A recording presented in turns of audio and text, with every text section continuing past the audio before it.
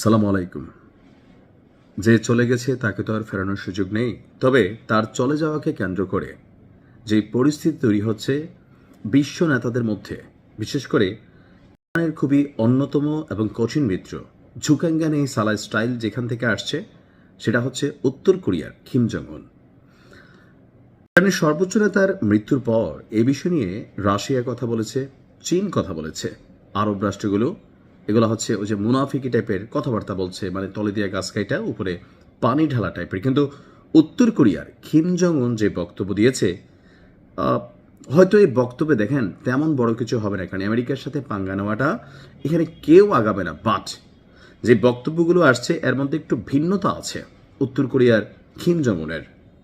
ইরানের পাশে দাঁড়ানোর ঘোষণা দিয়েছেন কিম জং উন, তবে এখানে সরাসরি সৈন্য প্রেরণ করে অথবা ভিন্নভাবে দাঁড়াবেন নাকি মানে কূটনৈতিকভাবে অথবা ধরেন আন্তর্জাতিক অঙ্গনে উত্তর কোরিয়ার যে কূটনৈতিক চ্যানেল আছে সেই চ্যানেলের মাধ্যমে কথা বলবেন, সেটা আসলে তাদের বিষয়। মানে আমেরিকা এবং ইসরায়েলের যেই ব্যাপক ধ্বংসযোগ্য পাশাপাশি ধরেন যে অভিযান চলেছে, সেখানে অনেকগুলা মানুষ মারা গেছে। শুধুমাত্র যে ইরানের সর্বোচ্চ নেতা বা আইআরজিসি প্রধান অথবা প্রতিরক্ষা মন্ত্রণালয়ের যিনি প্রধান আছেন তিনি মারা গেলেন তা না, একটা স্কুলে সেখানে অভিযানের মাধ্যমে ক্ষেপণাস্ত্র হামলা হয়েছে। 148 জন স্কুল ছাত্রছাত্রী নিহতের খবর এখন পর্যন্ত আসছে। অর্থাৎ বিভিন্ন রকমের হামলা চালাচ্ছে এই কি বলা হয় যে জুটি। তো উত্তর কোরিয়ার রাষ্ট্রীয় গণমাধ্যম কোরিয়ান সেন্ট্রাল নিউজ এজেন্সি বলছে যে মার্কিন যুক্তরাষ্ট্র এবং ইসরায়েল যে অভিযান চালিয়েছে সেটা অবৈধ আগ্রাসন। উত্তর কোরিয়ার পররাষ্ট্র মন্ত্রণালয় থেকে যে বক্তব্য আসছে যে উত্তর কোরিয়া মনে করে যে এটা জাতীয় সার্বভৌমত্বের লঙ্ঘন।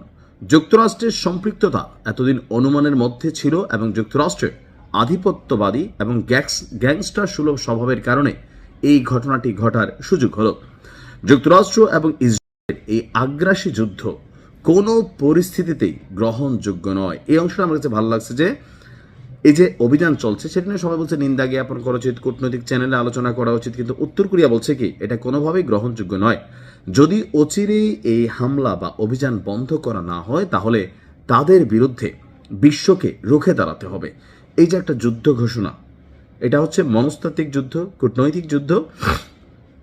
সরাসরি ইরানের পক্ষে উত্তর কোরিয়া এবং ইরানের মধ্যে ব্যাপক দূরত্ব আছে। যেমন ধরেন রাশিয়া এবং কি বলা হয় যে যেই যুদ্ধটা হলো ইরানের মধ্যে, সেখানে উত্তর কোরিয়া সীমান্তবর্তী এরিয়া হওয়ার কারণে বিভিন্ন সময় আপনার ট্রেনের মাধ্যমে, রেলের মাধ্যমে আরও বিভিন্ন পথ ব্যবহার করে রাশিয়াকে ব্যাপক সাপোর্টিং দিয়েছে। কিন্তু এই মুহূর্তে ইরানকে সেই সাপোর্টিংটা দেওয়ার সুযোগ নেই। তবে ভিন্নভাবে ভিন্ন অর্থে যারা এই অভিযানের বিরোধী আছেন তাদেরকে একত্রিত হওয়ার আহ্বান জানিয়েছে আপনার উত্তর কোরিয়ার প্রেসিডেন্ট কিম জং উন। কিম জং উনের ভাষায় যে এই গ্যাংস্টার সুলভ অ্যাক্টিভিটি যদি বন্ধ না হয় তাহলে অচিরেই প্রত্যেককেই এর শিকার হতে হবে। আর বিচ্ছিন্নভাবে এই গ্যাংস্টারদের বিরুদ্ধে লড়াই করে কেউই বিজয়ী হতে পারবে না। এখনই প্রকৃত সময় এই গ্যাংস্টারদেরকে রুখে দেওয়ার। আগামী 48 ঘন্টার মধ্যে যদি যুদ্ধ বন্ধ না হয় তাহলে উত্তর কোরিয়া ভূমিকা নেবে। এতটুকু কথাতে আমার কাছে ভালো লাগছে।